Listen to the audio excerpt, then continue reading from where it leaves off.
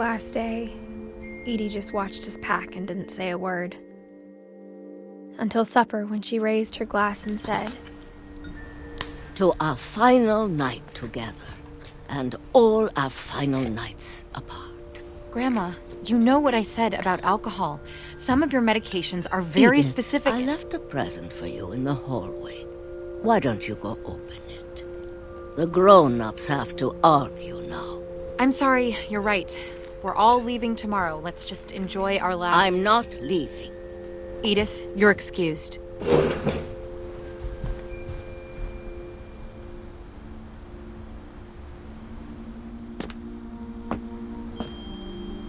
The power had been shut off that morning, but Edie always had plenty of candles. When my mom sealed the library, I don't think she knew about the other entrance. Or that Edie had a key to it.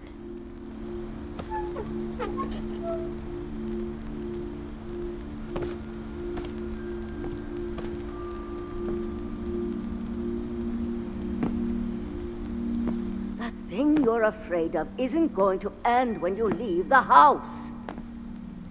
Edith has a right to know these stories. My children are dead because of your stories. I think it's best if Edith and I leave tonight. We'll have the nursing home send a van for you in the morning, okay?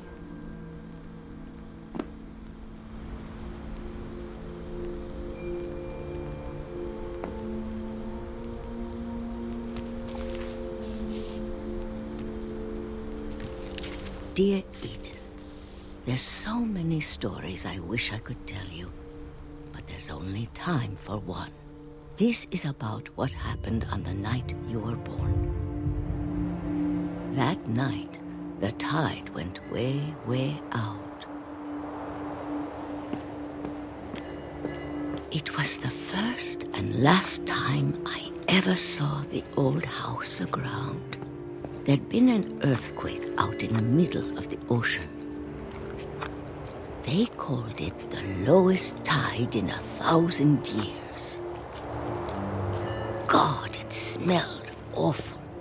You know, I've seen that house every day of my life.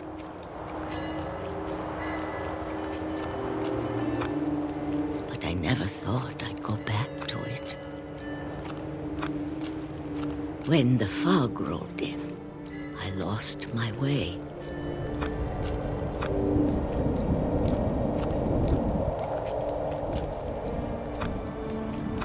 I got turned around.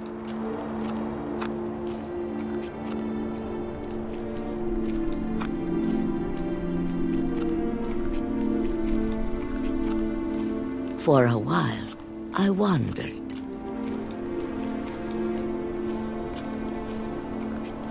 I started seeing things.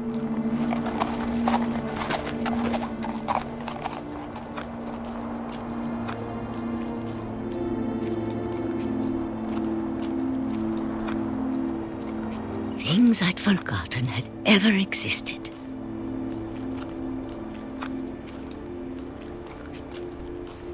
But when I saw them, they felt like old friends.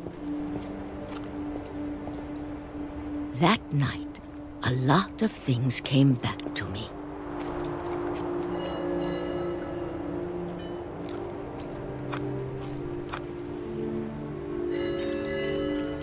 Or maybe I came back to them.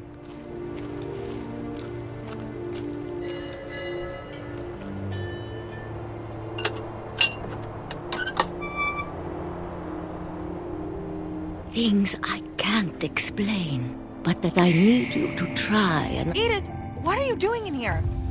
It's mine! Edith! Mom, you're gonna rip it! Let go! I kicked and screamed, but Mom dragged me to the car. I never saw Great-Grandma Edie again. The next morning, the van came to pick her up, but she was already gone. After that, we moved around a lot.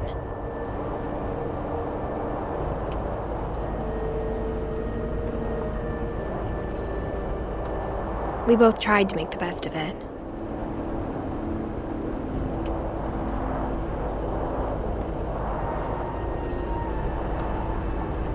A few years went by.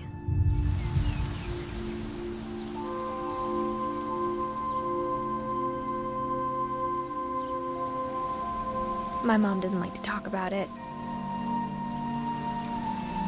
but she started getting sick a lot. The rest happened pretty quickly.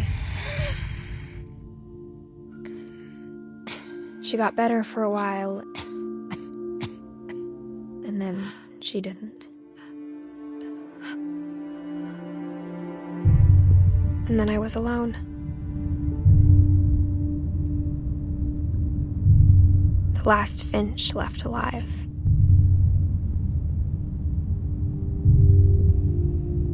Until I found out about you. I'm still not sure what to tell you about all this. If we lived forever, maybe we'd have time to understand things. But as it is, I think the best we can do is try to open our eyes.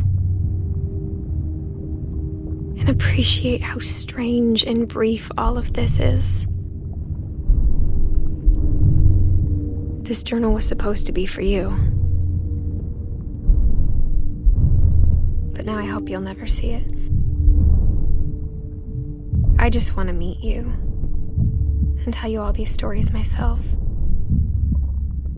But I guess if you're reading this now, things didn't work out that way.